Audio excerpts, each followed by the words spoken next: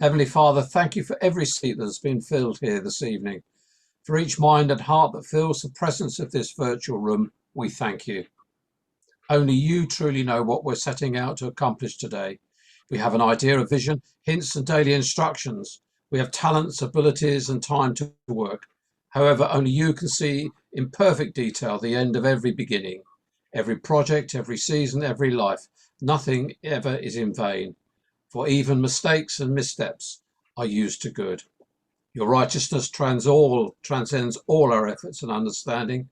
Forgive us for our pride, the pride that puffs us up and the pride that threatens to unqualify us. Strengthen our confidence in you who have made us to be here. Set us free from comparison in order to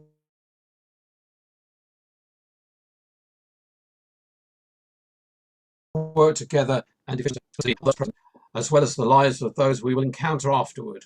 Ready us to make every moment count. In Jesus' name, amen. Amen. Thank you, Toby. Jimmy, bless you. It's lovely to have you with us this evening. We're in your hands. I'll be quiet. Fantastic. Well, it's lovely to be with you. I'm just going to share my screen. I'm a really visual learner. I was just saying to some of the team, I'm a really visual learner. So kind of slides for me are really helpful. And especially in this first session, I'm going to be sharing some statistics. And I know that some people will kind of, if you just say numbers, then it kind of goes back over their head. Seeing it, they're quite helpful. One of the questions that always comes up, I'm going to answer straight off the bat, is how on earth have you done that on Zoom? So just for those of you who are Zoom geeks, it's a new beta function. When you go to press share screen at the top, there's an advanced tab. And one of them is that you can present over the top of your slides. So you get to see my face at the same time as seeing my slides, which, yeah, you can decide whether that's a positive or a negative thing. So we're gonna do this in 2 sessions. Just as a bit of a way of introduction. So my name is Jimmy Dale. Like Martin said, I have the privilege of being the National Youth Evangelism Officer. So I'm based down in London. I live in Woodford, so kind of northeast London, Essex. So I'm Redbridge Deanery. I don't know if there's someone here from Redbridge Deanery, but yeah, and I've been in the role for about 5 years with a remit to promote and resource youth evangelism across the Church of England. So like I said, we're going to do this in 2 sessions. The first session, we're going to be looking at the kind of the current picture of youth and children's ministry in the Church of England. I think this is a really, it's a really good place to start. I'm a big believer that so often I think we like to sit in a place of kind of anecdote, that whatever the picture is that we kind of want to believe is happening, that's what we're going to believe is happening. And that ends up steering and dictating how we choose to react. So I think knowing where we actually are is such an important thing. But I will warn you that this is potentially a slightly heavy session. You're not going to leave it particularly leaving like leaping and bounding. But I promise it gets more cheerful as we go. So a lot of what I'm going to be referring to is a paper that went to General Synod just before the pandemic, so February 2020, which was research into under 16s Sunday attendance in Anglican churches, or GS 2161 as it's known by its friends. So if you want, you can go and you can have a look. There's 40 odd pages of it, lots of stats all broken down. If you're a stats geek, I'm sure you will have an absolute field day with it. But I'm gonna pull out some of the kind of things from that. So there's 2 things that kind of are going to be natural reactions that you're going to hear. You're going to be thinking as this goes. So the first one is this one. So the church needs to do something about this. I think it's so important that within this we see our role within it. That this isn't something which, as a national church, we can look to tackle.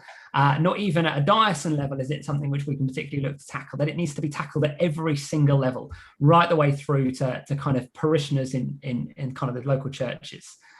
The flip end is that we recognise that it's something we need to deal with, but we're very quick to kind of make our excuses. So, well, the reason why we don't have any young people is because of this. Well, this church over here, they're the exception, like there's nothing which we can kind of learn from them. What I really want to encourage you throughout this is to view it through a lens of what are the things that we can look to proactively do that are going to see this change.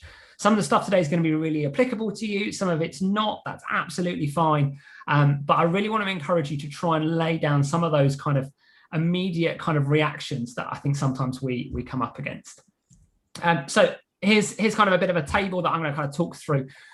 This shows the data over the last kind of, so this actually shows the data over the last 6 years.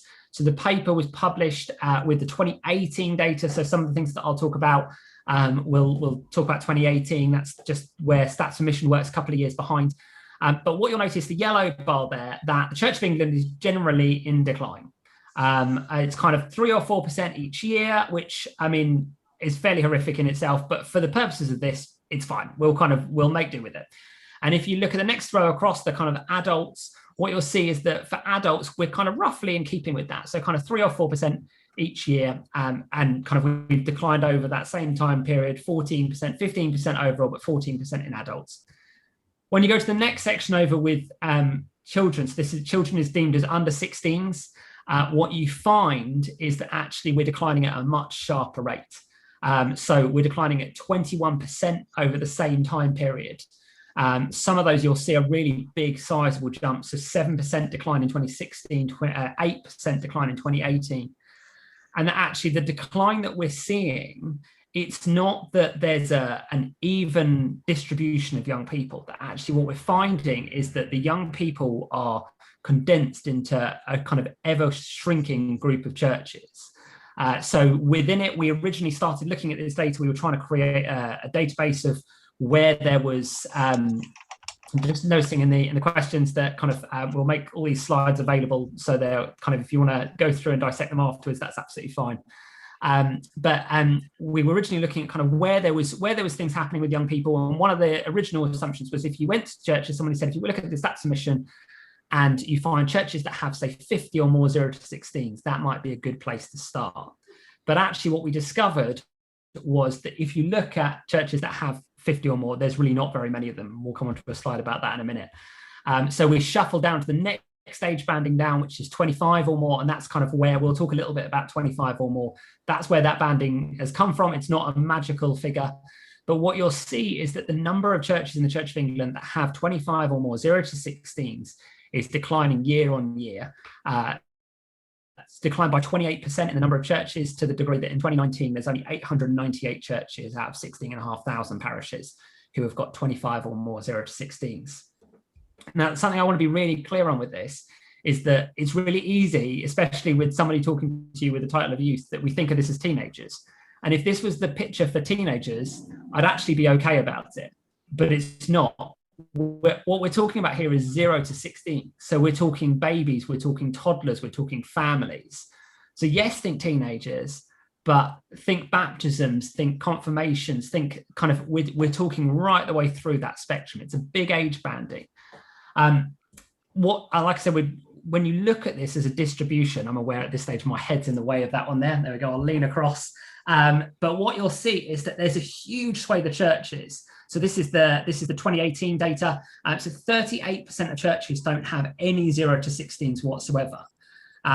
So that's a huge swathe. Next category up, 1 to 5, there's another 30%. I often joke that means that the vicar's got some kids. If you want an evangelism strategy to move from the blue category to the green category, just see if you can encourage your vicar to have more sex. But there's a huge swathe there where there's churches where, for probably a whole host of reasons, there aren't any 0 to 16s engaging. And at the other end, the kind of assumption that there's this kind of myriad of churches out there, that you'll see there's only 30 churches that have over 100 0 to 16s. That kind of that lower category, that there's really not any at all. When we're looking at this kind of overarching, what we're seeing is that actually the decline that we're seeing is picking up in speed. So the 10-year period from 2003 to 2013, as a whole Church of England, we declined by 25% in the number of 0 to 16s. The following 5 years, 2013 to 2018, we declined by 22%, so nearly the same percentage, but kind of over half the time period. And just that 12-month period, 2017 to 2018, declined by 8%. Now, I'm seeing a number of people in the chat asking about what about that. This is data around average Sunday attendance. Well, there's a whole number of different ways that the Stats Mission team monitor kind of how many people are attending. It really doesn't matter which one you look at. It's the same decline rate in every single one. That the reason why we ended up going with the average Sunday attendance is that the data gets a little bit more sketchy as you move into some of the others, as it's harder to define what's in and what's out. Sometimes people would say, well, we've got this group and it's doing amazing things. But at the same time, so someone's just mentioned about schools. Schools is a fantastic example. So the second biggest church in the Church of England for 0 to 16s, the first is HTB, no real surprise there. But the second is Canterbury Cathedral, who have got a boarding school attached to them for the cathedral. And so on a Sunday, they bring the cathedral school over and they do a service in the church. So kind of there'll be churches where school connections will play a big part in this. Another church that I know in central London, they've got 135 to 11-year-olds trying to get admission into the local school, and then 4 11 to 18-year-olds. So even within the average Sunday, there's a whole bunch of anomalies there, which will kind of shift some of the stats. When you start looking at the average weekly, when you start looking at usual Sunday, when it's kind of worshiping community stats, then actually the data becomes a lot more fuzzy. I'll give you a fantastic example, a story Archbishop Stephen Cottrell was telling me when he was still Bishop in Chelmsford. He had spoken at a messy church service, and this is a church which normally has about 30 people at it. This particular time, it had 90 parents at it, incredible. And so he spoke, and he said afterwards, "Do you want me to sign the book?" And the vicar said to him, "Oh no, why would you sign the book?" And he said, "Well, I'm a bishop, but I know what's going on here. I just did a service. It'd be good to sign the book." And the vicar said, "Oh no, it is wonderful though. One of the mums has started coming on a Sunday." And so I think that messy church is a fantastic example. But I think that there's a whole bunch of different ways. I haven't got the slides with me, but if you want to email me, that if you were to say include messy churches, there's I think 1,400 kind of registered messy churches. The number of young people who we have, that could be, I think it's about 40% of all the young people, assuming a kind of average attendance of about 25 0 to 16s at a messy church service. If you looked at this around confirmation, if you looked at this around infant baptism, so kind of christenings, the number of christenings that we had in 2018, if we managed to maintain that connection with that, so that's a family coming and saying, look, we've got a child, we want to raise them as a Christian, can we kind of do something to signify that? If we could hold that connection for just 1 year, that would make over 90% of the young people who we have on a Sunday. So I think that there's huge areas in this that potentially aren't being picked up, but I think there's also huge areas where we're missing enormous missional opportunities. So like I said, there's this kind of this group of churches. So 6.4% of our churches have got 44% of under 16s for the whole of the Church of England. And I think one of the things that I'm really keen within this is that I think there's become a narrative that there are big churches, and the big churches have all the young people. And that leads to one of two things. It either leads to a kind of resentment of the big church that has all the young people, or it leads to a kind of resignation that there's no point in us doing anything because the big church has all the young people. But the thing which is really interesting within all the stats is that it really doesn't matter where you are, that the decline is pretty much universal. So if you look at that top bar, so churches that have 25 or more, over half of them are in decline. It's slightly better when you look at all churches, until you realize that the 25% who are stable, that's because they've gone from 0 to 0, most of them. So actually the number of churches who are growing, and especially who are growing consistently, is a very small figure. One of the things which I found really interesting is that lots of churches, which we assume are the big church and they have all the young people, when you look at the data, what you found was that 10 years ago, they were the big church. And actually, systematically, that number has just declined. But there's still this kind of narrative of either fear or resignation that we either need to avoid them or just give in. And actually, I think that what these numbers paint a picture of is it paints a picture that we need to collectively say, how do we begin to engage with this in a much better way? I want to give you 3 things that I want you to take away from these figures, and then we're going to go to a bit of a Q&A time. So the first thing is that everyone is struggling to grow, that there's not some super churches out there which are flying off the handle, that whether you're a big church or a small church, that the growth is kind of limited at best, and that for most there's an element of decline to what's happening. The second thing is about being realistic about where you are and stopping comparing yourself to others. I think within the Church of England, especially when it comes to figures, that the comparison game is absolutely killing us. That kind of, what are my numbers bigger than your numbers? Why are your numbers so big?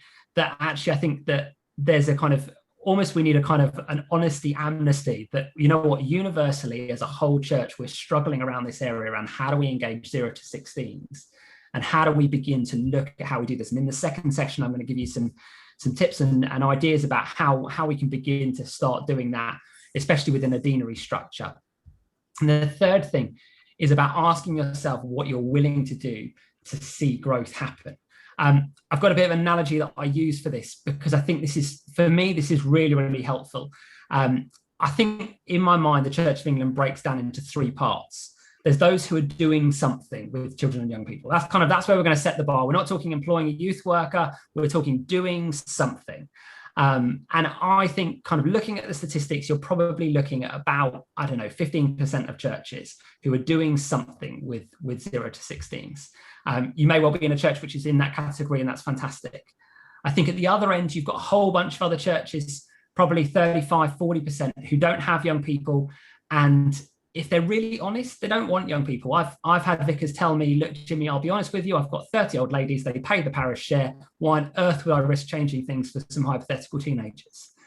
And I think that within that again, there's kind of, that is what it is. But I think there's this big middle category, which we call the maybe churches. And I'm quite sure in all of your deaneries, you will know what I'm talking about when it comes to maybe churches. When you say, could you do something with children and young people? And they go, oh yeah, no, maybe. Yeah, that sounds good. I think we would like to do that. And the analogy which I use, which partially gives me an opportunity to boast, it's a couple of years ago, I did an Ironman race. It's been on my bucket list for years. If you haven't come across an Ironman race, an Ironman is an extreme triathlon. So you swim 2.4 miles in the sea, you cycle 112 miles over the Welsh mountains. I did mine in Wales. And then you run a marathon, so 26 miles at the end. So I did it in just over 15 hours. But there is an enormous amount of training that goes into it. So I was training for about a year.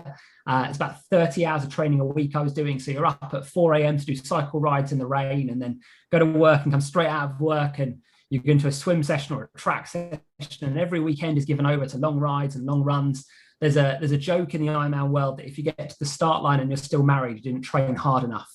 And it's not really too much of a joke. Like, there's a horrifically high divorce rate, but it's this assumption that if you want to do Ironman, and this isn't to complete it, if you just want to get to the start line, this is what's required of you.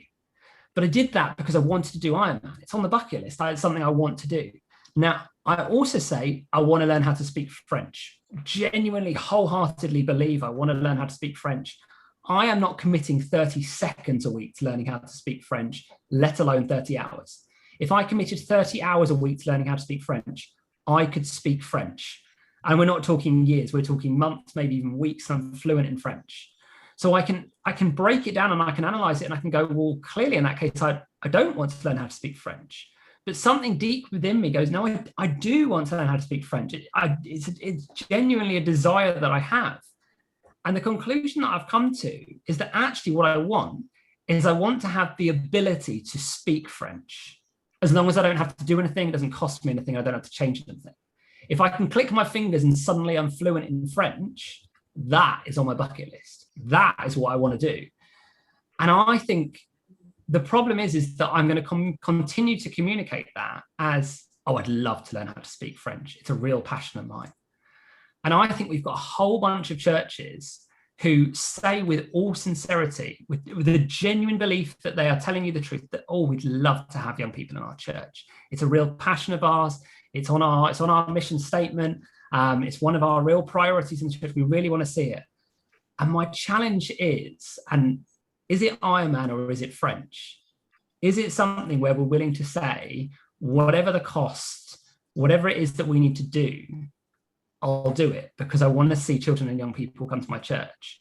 Or actually, are we saying, you know what, if a bunch of young people want to file into my church without me having to do anything, without me having to change anything, or without me having to costing me anything, if they just want to file in, sit down, sit quietly and file out at the end, that's what I actually want.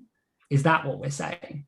So I suppose that's my challenge to you off the back of this, is that all of those stats are super depressing, don't get me wrong. Sometimes I feel a little bit like Jeremiah, but I suppose my challenge to us is how do we begin to stir the church that it sees children and young people as something which we're willing to say, I will do anything to see children and young people come into the church and encounter Jesus Christ, who we all know transforms lives.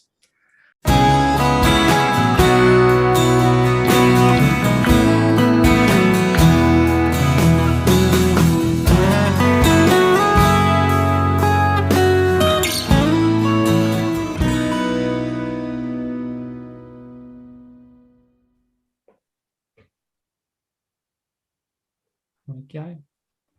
Just as people are coming back and my slides are loading up, I'm just saying for those who weren't back, I've popped a link in the chat for people who wanted to go and examine the synod paper, and then you can you can do that to your heart's content. The link's there. I'm just gonna skip through to the session 2. Here we go. So session 2, we're going to look a little bit more practically how to grow youth and children's ministry in your deanery is what I've optimistically called this. Within this is I've tried to kind of gear it around 5 things. I suppose they're principles more than anything else, but things that would hopefully help the churches in your deanery to begin to think about how do they begin to engage with this. So just as you kind of got a little bit of a picture of where we're going, these are the 5. So set a culture, map what you have, utilize your churches with growth, ensure faith is central to what you're doing, and have clear expectations. Like I said, all these slides will be available at the end.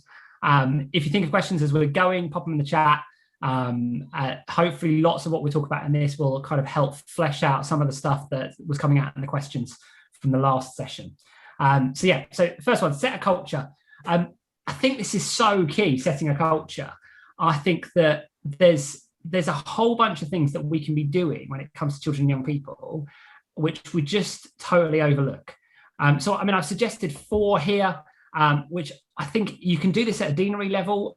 You can encourage this at a church level. So when you're thinking about your deanery synod, how often are these 4 things there? So the first thing, praying for young people. I remember somebody once saying that if you've got a church which is saying we don't have any young people and we haven't got anyone who can volunteer to do it and we don't know where to start, then say, okay, well, every single week we're going to have a prayer meeting and we're going to pray for nothing but young people for an hour. And you know what? Come back in 6 months' time and you've got a group of people who have been praying for 6 months for young people. I guarantee a few of them feel a bit more passionately and might probably want to volunteer or have some ideas about where they might want to start. I think starting with prayer is such a key thing. Like we talk about it all the time, but actually so often praying for children and young people is kind of a token sentence which we'll chuck in. How do we make time to intentionally pray for the children and young people in our deanery and in our parishes? So second thing is regularly discussed. Again, I remember somebody once saying to me, if we discuss children and young people as much as we discuss finance in the Church of England, we'd be in a very different place. Like, is children and young people a regular part of what we're talking about? And I'm sure you'll get a whole bunch of kickback of like, why are we talking about this? Nothing has changed. Like, there's nothing great, like nothing has changed. Well, we should probably do something about that. But actually, if we're regularly discussing it, then it's regularly being pushed to the top again. And it's constantly where people are thinking, actually, how can we begin to address this? Third thing, it sounds really like obvious, include young people. So there was a report which came out about 5 years ago now called Rooted in the Church. If you Google it, you'll find it, which looked at kind of 4 things. They interviewed people in their 20s who'd stayed in church and what were some of the key things that had helped us keep them there. one of the 4 things that they found was being included in the church. So whether that looked like serving or helping to contribute on a Sunday or being on a rota or whatever else, like young people want to be included. So again, I mean, I'm going to use Deanery Synods as a good example. Like Deanery Synods, how many young people are on your Deanery Synod? Like what's the youngest age of somebody in your Deanery Synod? And I'm aware that kind of you've got churches who have to like nominate people, but actually could you say that, you know what, we're going to say that we want at least 4 people on our Deanery Synod. I don't know how big your Deanery Synods are. It will vary, I'm sure. But like set a number. We want at least this quota of them to be under the age of 18. That actually they can go on from 16, and actually you can have them there as observers from younger. And actually, not just have them there as kind of quiet people in the corner. And like, if we're going to regularly discuss them, bring them to the front and go, you know what, we've been talking about X, Y, and Z in our deanery for the last kind of hour. What are your thoughts? What do you think about that? They are going to give you a whole bunch of stuff that you would not have thought of. But unless you give them that opportunity, it's never going to happen. I think that within that, we've got to be willing to take some risks. I remember a youth worker once telling me that so often we're tokenistic in how we do this. He was talking about having young people on the PCC. He's like, if you really want to think about how willing we are to let young people be involved, let the young people in the church choose how much I'm paid as a salary. And you just watch the whole room just wince at this idea. But there's like, how do we move it beyond just kind of tokenistic, like we've ticked a box, that's good, to actually seeing young people included in the decisions that we're making. And then the 4th thing is invest in volunteers. The reason why I put this on there is I think, again, there is this narrative that youth ministry in particular, but children's ministry as well, that it's for the special select few that kind of employed youth and children's workers. And if you are in a church which is fortunate enough to have enough finance to have a children and youth worker, then great. For a start, the number of children and young people, youth workers in the Church of England is nowhere near where we think it is. There's about 1,800 across the whole Church of England, and that's in fairly kind of rapid decline. But actually, the churches that have employed youth and children's workers, so this is, again, based on the Sunday statistics, there are 24 youth and children's workers who are employed in churches that don't have a single 0 to 16 showing up on a Sunday. In fact, 9% of youth workers are employed in churches that have 5 or less on a Sunday. And we've got 1 in 5. So you're talking 19% of churches who employ a children's or a youth worker have less than 10 on a Sunday. And again, this is 0 to 16s I'm talking about here.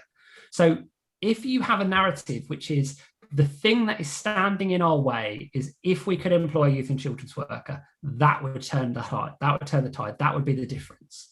The statistics say, no, that's not what's going to change the tide. And even if you manage to find a way to get the very best youth worker in the whole country to come and work at your church, that would still not do anything unless you had a team of volunteers behind. So when it comes to it, and we're talking about how do we invest in volunteers, that again, this kind of narrative of, well, we probably need to look at employing a youth worker. And I speak to lots of deaneries who will say things like, we're going to try and employ a youth worker across all the deaneries. Actually, would a better strategy be to say, what would happen if we asked all the churches to contribute 1 volunteer?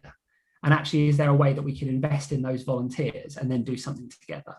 Because actually, having a bedrock of volunteers is going to do you so much more good as far as how you grow youth and children's ministry than outsourcing it to a youth worker. Because so often what ends up happening is we end out with, I call it middle class syndrome. I don't like doing gardening, but I like having a garden. So we pay a gardener to come into our garden once every 6 weeks and do all the weeding and stuff that I don't want to do. Now, I pay them to do it. I'm not going to go out in the meantime and do a bit of weeding. Like I'm paying someone so I don't have to think about it. And I think so often that's how we end up viewing youth and children's ministry, that kind of, if we could just pay somebody to do it so I don't have to think about it. And actually everything that we were talking about before about families, about being central to the church, that's got to be key. And I think volunteers is the way forward with that. So that's our first one. So setting a culture. The next one up is map what you have. So mapping what you have. This is a little diagram that kind of I've been kind of using a lot recently. especially kind of as we're emerging out of the pandemic and kind of people are starting to look again at kind of, well, where are we now kind of with our youth and children's ministry. I think for most churches, this is kind of the breakdown of what their youth and children's ministry looks like. So there's a core group. And within this one, I'm probably talking about the kind of 15% who have got something going on, whatever that is. There's a core group that might only be one or two, but there's a core group who it doesn't matter what you're doing, basket weaving, cross stitch, bowls with the elderly, like they're there. Like they are committed to coming. They're normally the ones who are most on fire in their faith. And they're the ones which kind of we tend to focus around. Then you kind of have this fringe group. So kind of a group who they'll drop in, they'll come to stuff. The classic is when we do a social, suddenly the number of children and young people we have doubles. So we've got another group that sit around that. And then we've got this other group, which I call the disengaged, which the classic is it's the curate's kids who have told their dad in no uncertain terms that they don't want to come to anything to do with the church. And there's this sense that actually what we really are about is we're about retention evangelism. That's what I've taken to calling it. It's about how do we hold on to what we have. So that core are great. It'd be great if we could suck a few more of the fringe in. And if we're really honest, actually, we should be doing something for the disengaged. And so that becomes the kind of the focus of what we have. I think there's a whole other flip side to that, which is that we haven't got many kind of in that church bracket. And I'm kind of using these terms really broadly. You have to forgive me, but they're kind of the flip side to that. I'm kind of calling the community group. And so within the community group, there's young people's friends. So that might be the core group, it might be the fringe group, but again, kind of we're going to do a special social. So we're going to go laser tagging or whatever it is. And suddenly they might invite a few friends. And so you suddenly become aware that there's this whole extra arena of young people who you have kind of second-hand contact with. That's great. But then there's an even bigger group. So if you haven't, I'll pop a link to it in the chat. There's an amazing resource that the stats team have put out, which is called the ArcGIS mapping service, which enables you to go in. You can look at it for your deanery. You can look at it for parishes. There's all kinds of different layers. But essentially, it enables you to map your the kind of boundaries around whichever area it is that you're looking at, and the data from the census. So you can see how many young people are in your parish or how many young people are in your deanery. And sometimes that can be hugely depressing because you can realize that even in the places where you think you're doing quite well, it's such a minute percentage of the young people who are in the area. And that can lead really sensibly to saying, well, there's a whole kind of, I mean, Jesus talks about like the fields of right, there's all these young people out there. How do we go and reach them? And so we talked a bit about sports ministry. That's a fantastic way of doing that. How do we reach young people in the community? It might be detached work, it might be whatever else. But then we see the kind of the holy grail, which is young people in local schools, because I can commit an hour's time. And what I suddenly find is that I can get in front of 500 young people. And that is brilliant. 500 young people is the real win. I'm going to come back to this one a little bit later, this picture, because I think mapping what we have is a really good place to start, because I think so often we don't realize what we have. It might be that even as I've been saying that thinking of your own churches, that you'll be sat there saying, oh yeah, I hadn't thought about them as a group who we could look to engage with. And so even just literally sitting down and writing down the names, so that group of volunteers who have kind of tentatively kind of agreed to form a group and talk about youth and children's work, like actually just writing down the names of the young people who are in that core section, who are in that fringe section, who might be the young people's friends who've come along to something, young people you know in the community. And you might want to do this with children, you can do this with families. But I think that mapping process is so key. I think what is interesting is that so often we end up focusing on the community stuff. And the reason why we focus on the community stuff is, as I've tried to illustrate with the little pictures, numbers is what we're really about. That we have a narrative that numbers equal success. So therefore, the bigger the number that I can say I've engaged with, the more successful I am. But actually, I think so often, especially that core group, that it's at the neglect of that core group. I'm constantly struck by the fact that when you look at Jesus and Jesus' ministry, Jesus had 5,000 followers. Of the 5,000, he had 72. Of the 72, he had 12 12, he had 3, he had 1. The time and investment that he puts into, especially the 3, like it's embarrassingly disproportionate. There's whole chapters of the Gospels where you think, great, the disciples are there, and the camera pans out, and you realize that the other 9 have been left on the other side of a lake 3 chapters previously. And I think that there's something really telling about that if you look at that within our modern setting, you'd say, Jesus, you've got 5,000 followers. You need to make sure that we're engaging with the 5,000. But actually, Jesus invests in those 3, and when he dies and rises and ascends, the other 9, we only really know what happens to them through other historical texts. It's the 3 who he's invested in, who are the ones who roll out the global church. So actually within this, part of my challenge about this is, how do we invest really deeply, even if we've only got a few, that instead of saying, well, there's no point, we've only got a few, how do we invest really deeply with those where we've only got a few? There was a piece of research we've done talking to Jesus, which was done a couple of years ago, which asked what the 2 or 3 most important reasons were that people thought in bringing them to faith. So this was 11 to 18-year-olds who were asked this. 41%, the biggest group by an absolute landslide, was growing up in a Christian family. It was the biggest impact on them coming to faith. Second biggest, 21%, reading the Bible. Third was Sunday school. Fourth was going to a religious school. And number 5 was going to a regular church service. So not a wedding, a funeral, baptism. And it's key to note that that's different from 13%, which is visiting a church building, 13% in a youth group, 10% going to a wedding, funeral, baptism, 11% going to a youth service. That is just going to your regular bog standard service. Now that top row, I am going to take a stab in the dark here that there is not a church in any of your deaneries that cannot do those 5 things.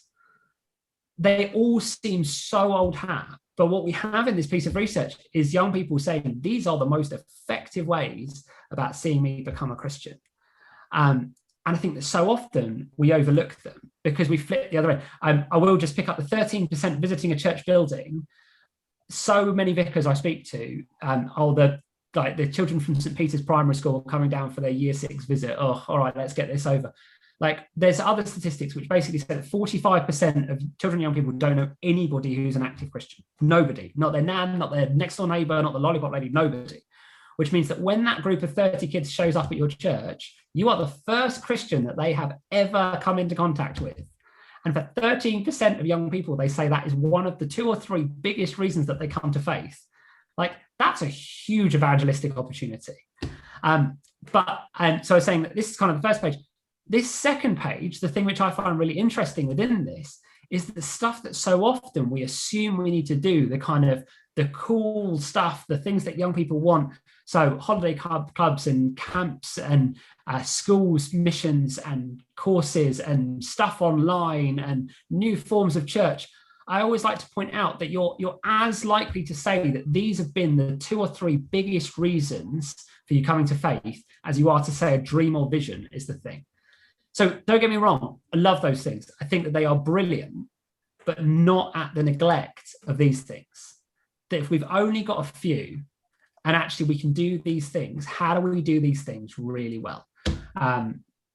So that's kind of map what we have. The third thing I want to talk about is utilizing your churches with growth. I'd really encourage you to do this. I've become a little bit of a geek now with stats and mission data. I think it's really telling. It's a fantastic way to start conversations with vicars.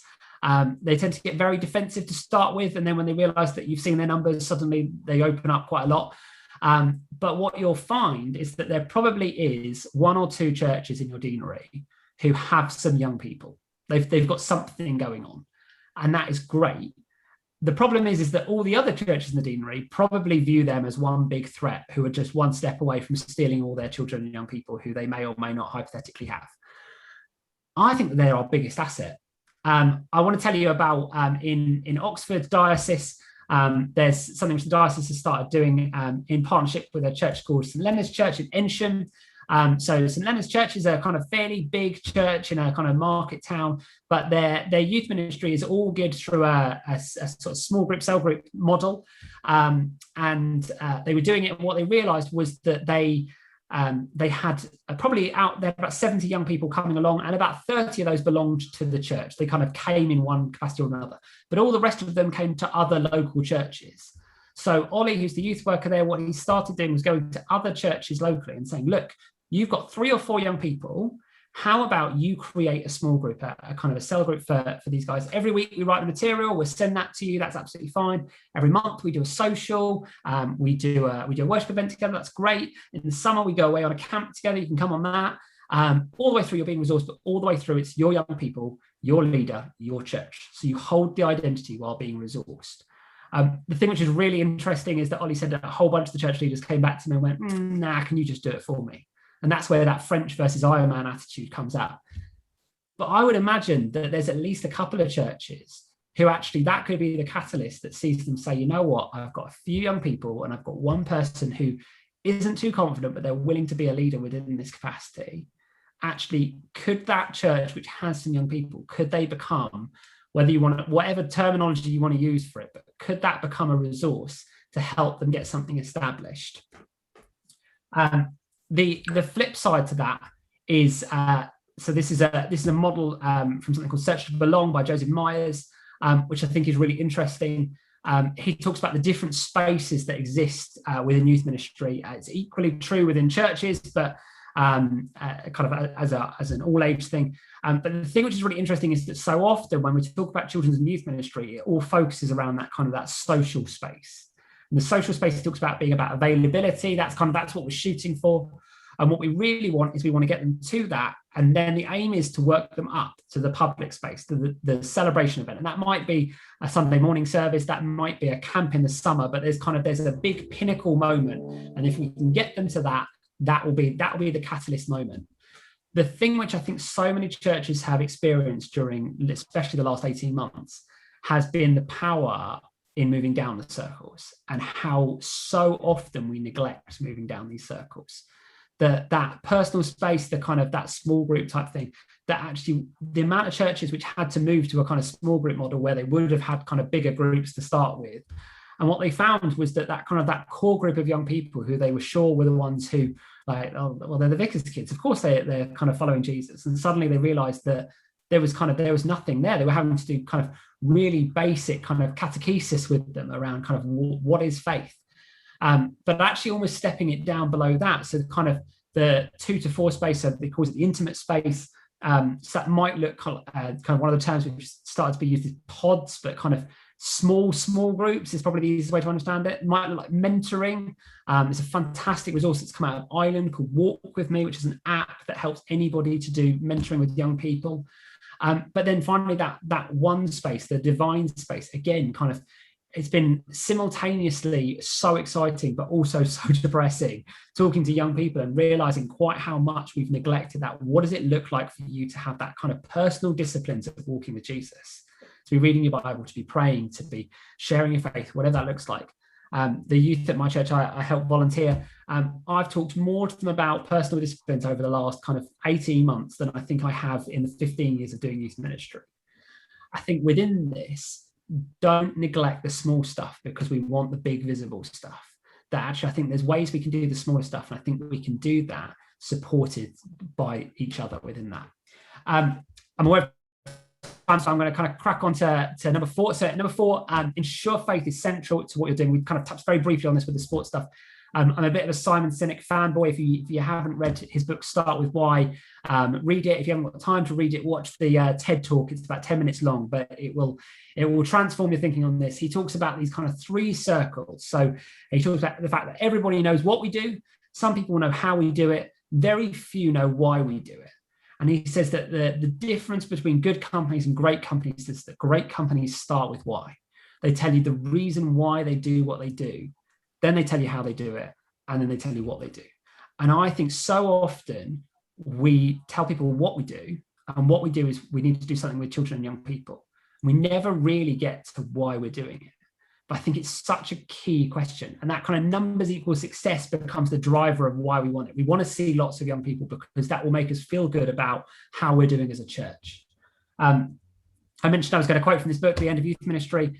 So Andrew Root talks about the fact that our kind of USP is that they're looking for, like young people are looking for the good, and that we've moved from a parenting structure that used to be about helicopter parenting, and it's now about bulldozer parenting.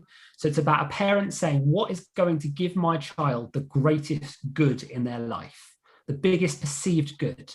So if they've got a choice between coming to church on a Sunday morning or going to play football, actually, you know what? They're really good at football and they're being scouted at the moment, and they might get to play for the local team. And then they can go on and become a professional footballer. And actually, that would set them up for life. So actually, the perceived good is greater in football than it is in church. And so what we end up doing is we end up compensating.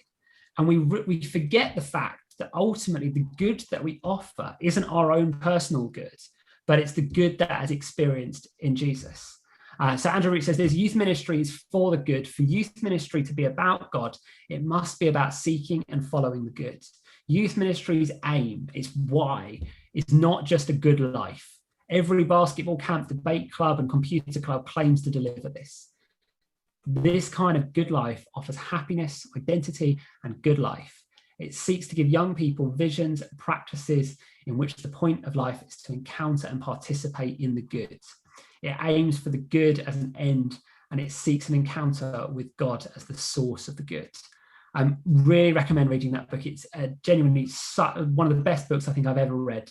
But this idea that our USP is that ultimately we have a relationship with God, and we have the ability to introduce people to this God which transforms lives. I've always been struck. I remember somebody years ago telling me about a quote from Penn, so Penn and Teller. So Penn's an atheist, but he said this: I've always said I don't respect people who don't proselytize. I don't respect that at all. If you believe that there's a heaven and a hell and people could be going to hell or not getting eternal life, and you think that it's not really worth telling them because it would make it socially awkward. And as for atheists who think people shouldn't proselytize and who say, just leave me alone and keep your religion to yourself, how much do you have to hate somebody to not proselytize? How much do you have to hate somebody to believe everlasting life is possible and not tell them that? I mean, if I believed beyond a shadow of a doubt that a truck was coming at you and you didn't believe that truck was bearing down on you, there's a certain point where I'd tackle you.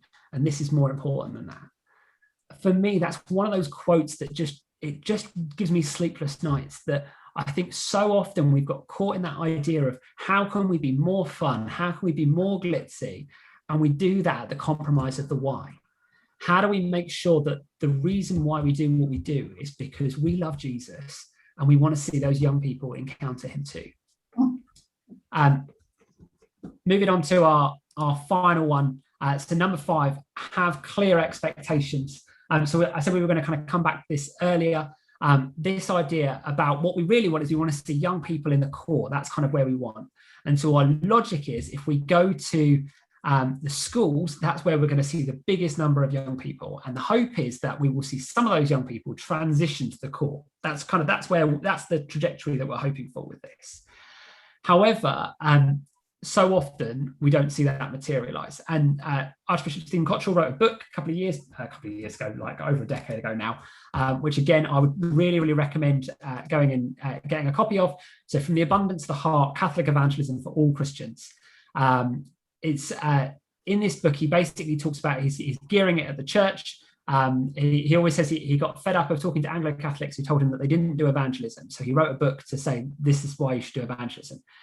And he uses this model where he says, what we want to see in this model is we want to see commitment.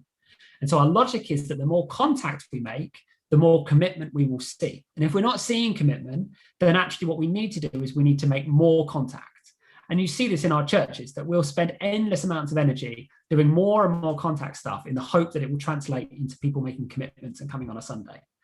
And actually, he makes the point that basically, unless you're Paul, very rarely does this happen. That normally there's a middle section that happens, which he calls nurture. So nurture is where we ask the questions, we're able to dig deeper, we're able to explore what does this look like?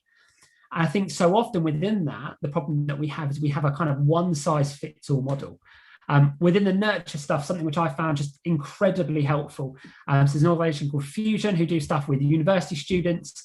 But they've created something called mission styles. So missionstyles.org, you can go on, you can check that out. And they've identified from the ministry of Jesus 4 ways that people can do this nurture stuff. So one of them is kind of convince me. So convince me, they talk about John 20, kind of convince me, Thomas. This tends to be the go-to of evangelicals. It's kind of your standard kind of apologetics type evening. You've got questions, I've got answers, let's thrash this out. That's only one of the 4. At the other end, you've got let me experience. So let me experience just wants to try stuff. So Luke 10, the sending of the 72. And at the other end of the spectrum, Anglo-Catholics tend to do this one really well, kind of incredibly experiential. But I think so often with the experiential stuff, we kind of have this caveat of the young people aren't ready yet. What happens if we just chuck them in? What happens if, like, some of them will hate it, some of them will love it, some of them that will be exactly the way which they want to do it. Talk with me is the 3rd one. So talk with me, they talk about the Emmaus Road in Luke 24. So Jesus walks alongside them, he says, what are you talking about?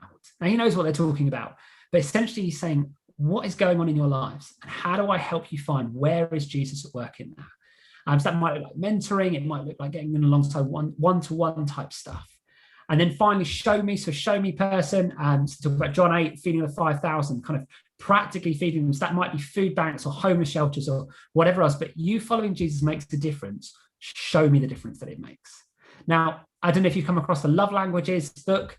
The easiest way to think about this is that you will have a love language version of mission styles. You'll have one of those which will be your default way of deciding to do the nurture stuff with people, let alone young people.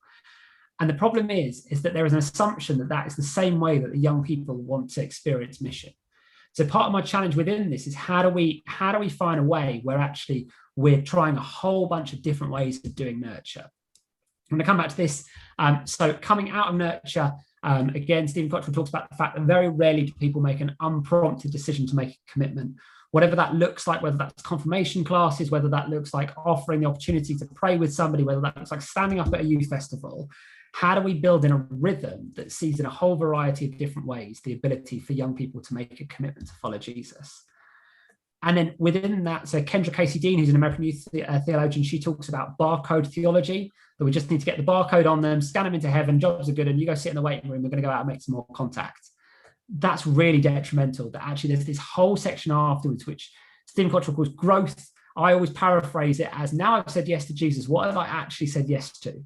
And the statistics show that we see loads of young people come in pre-11, they might make that commitment, but actually no one ever does that growth stuff with them. And so they disappear. And especially the kind of 11 to 14 age category, we see a huge drop off there. But part of that growth thing is not only saying, what does faith look like for me personally, but it's realizing that actually you are called to go out and make contact. So actually this becomes a circular model. Stephen Cottrell makes the point that all 4 of those are evangelism, but they are only evangelism on 2 conditions. The first condition is that all 4 are present.